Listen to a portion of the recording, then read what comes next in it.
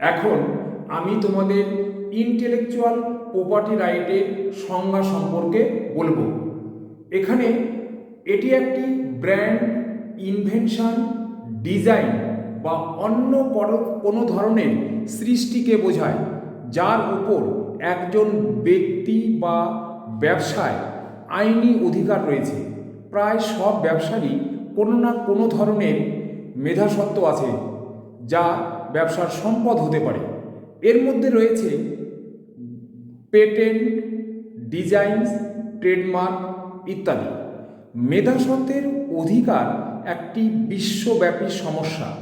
মেধাস্বত্বের অধিকারকে একজনের মন অথবা বুদ্ধি বা মেধা সৃষ্টির অধিকার হিসাবে বিবেচিত করা যেতে পারে।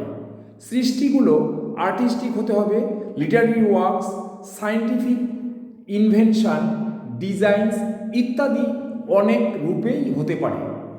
এই আইনে নিশ্চিত করে যে অন্যরা তার সম্মতি ছাড়া কারো সৃষ্টিকে ব্যবহার বা কাজে লাগাতে পারবে না।